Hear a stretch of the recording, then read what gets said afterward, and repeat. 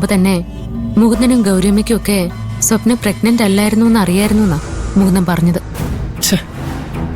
മഹിമയ്ക്ക് വേണ്ടി മുകുന്ദൻ ഇത്രയും വലിയൊരു നുണ പറയേണ്ട നിലയിലേക്ക് തരം താഴുമെന്ന് ഞാൻ കരുതിയില്ല. പോരാത്തതിന് ഇതിലേക്ക് ഇപ്പൊ ഗൗരിയമ്മയുടെ പേരും വലിച്ചഴിച്ചു. ഒരു തെറ്റ് സംഭവിച്ചാൽ അത് അംഗീകരിക്കാനുള്ള മനസ്സെങ്കിലും വേണം. ഇത് വെറുതെ അതിനെ തേച്ച് മാച്ച് കളയാനുള്ള ശ്രമമാണ് നടത്തുന്നത്. ഇത് തന്നെയല്ലേ ഗോപാലിന് വേണ്ടി ഗിരിയേട്ടനും ചെയ്യുന്നത്. മുകുന്ദൻ സ്വന്തം ഭാര്യയ്ക്ക് വേണ്ടിയാണ് അത് ചെയ്യുന്നതെന്ന് വേണമെങ്കിൽ കരുതാം. ഗിരിയേട്ടൻ എന്തിനാ അയാൾ ചെയ്ത തെറ്റുകളൊക്കെ മറയ്ക്കുന്നത്? ഇപ്പൊ ഗിരിയേട്ടൻ അയാളുടെ കൂടെ പോലും അല്ല ജോലി ചെയ്യുന്നത്. പിന്നെ എന്തിനാ അയാളെ സംരക്ഷിക്കുന്നത്? നീ പറഞ്ഞതൊക്കെ ശരിയായിരിക്കും. പക്ഷേ ഉണ്ട ചോറിന് നന്ദി കാണിക്കാനാ എന്റെ അച്ഛൻ എന്നെ പഠിപ്പിച്ചിട്ടുള്ളത്. അതിനെതിരെ ജീവിക്കാൻ എനിക്ക് കഴിയില്ല.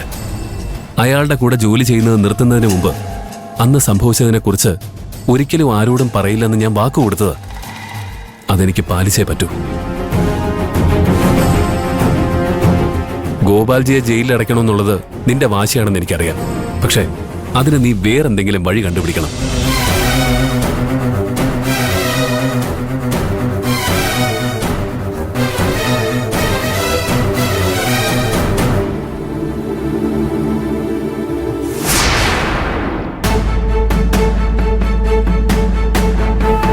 എന്താ ഇങ്ങനെ മടി പിടിച്ച് നടക്കുന്നത് എനിക്ക് മനസ്സിലാവുന്നില്ല. ഗോപാലേട്ടൻ പറഞ്ഞ പോലെ മഹിമയെ തീർത്ത നിനക്ക് അദ്ദേഹത്തിന്റെ കസേരയിൽ ഇരിക്കാലോ. നീ എന്താ അതിന് ശ്രമിക്കാത്തത്? ശ്രമിക്കാഞ്ഞിട്ടല്ല, പറ്റണ്ടേ.